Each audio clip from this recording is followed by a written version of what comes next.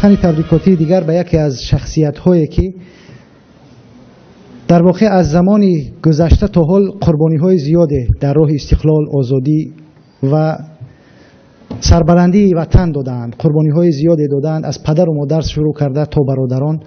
و این برادری ما و شما جنت الله هست که خواهش میکنیم تشریف بیارن و سخنان تبریکاتی خود را ارائه بفرمایند. برادر بفرمایید جنت الله. بسم الله الرحمن الرحیم.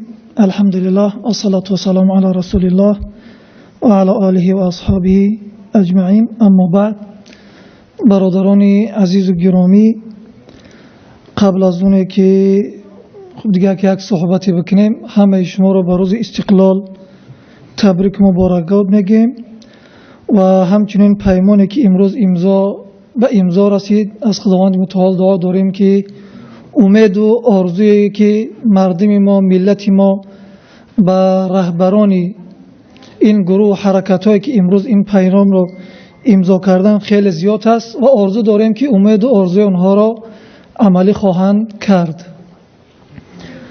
خب برادران عزیز، وقتی که صحبت درباره استقلال می شود، البته ما بیشتر بالای جغرافی استقلالیت جمهوری تاجیکستان به نظر می گیریم که از همون یک شوروی بزرگ جمهوری تاجیکستان و چندین جمهوری های دیگر از نگاه جغرافی جدا شدند و یک دولت های ملی یا که کشورهای ملی خودشان را تشکیل دادند. اما بیشتر باید بالای این فکر کنیم که اون بزرگان ما و شما، اون استادان ما و شما، اون شخصیت هایی که در اون زمان استقلالیت را با ما و شما نائل گرداندن، بیشتر بالای جنبی و روحی و اعتقادی به معنای دینی و مذهبی، اعتقادی به این معنا که تانستن مردم و ملت خودشان را از اون باطلاق فکر شوروی که واقعا در اون زمان مردم را خیلی جایگاهش را پس میکرد، تانستن نجات دادند و اونها را به یک فکری مدرن و آزادی و ضمناً دموکراتی بیارند و برسانند. و دیگر چیزی که میخوام در اینجا صحبت کنم، خب ما و شما وقتی که به استقلال نائل شدیم، از یک حالت بدتر بازم به بدتر دیگر نائل شدیم و پیشنهاد ما این است که ما وقتی میخواهیم که استقلالیت کامل را نائل بگردیم، برای یک برنامه و واقعا برنامه‌های قوی داشته باشیم، بتونیم که اینها را عملی کنیم. و پیشتر هم در اینجا یک برادر صحبت کرد که واقعا این استقلالیت را یک گروه مردم به خودشان صاحب شدگیند. خب خواهش ما از اینجا خواهش میکنیم که برادرای مهاجری که در هر جا داریم، چی در روسیه باشن، چی در کشورهای اروپا، در هر جایی که باشن، این استقلالیت را مال خودشان بگذارن، زیرا هرگاهی که ما از این مالکیت خودمون دست کشیدیم، میبینیم که دیگرها این را صاحب میشوند و به طرز نادرست و به فایده خودشان از این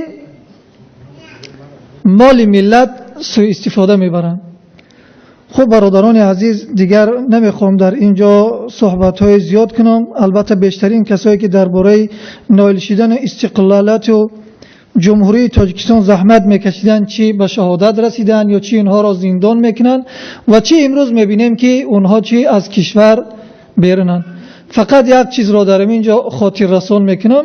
وقتی که جمهوری تاجیکستان به استقلالیت خودش نائل شد، تقریبا عمر 9 ساله 10 ساله داشت و واقعهایی که در تاجیکستان رخ داد و مخصوصا در دهه بنده سیبستان هیچ وقت فراموش نمیکنم.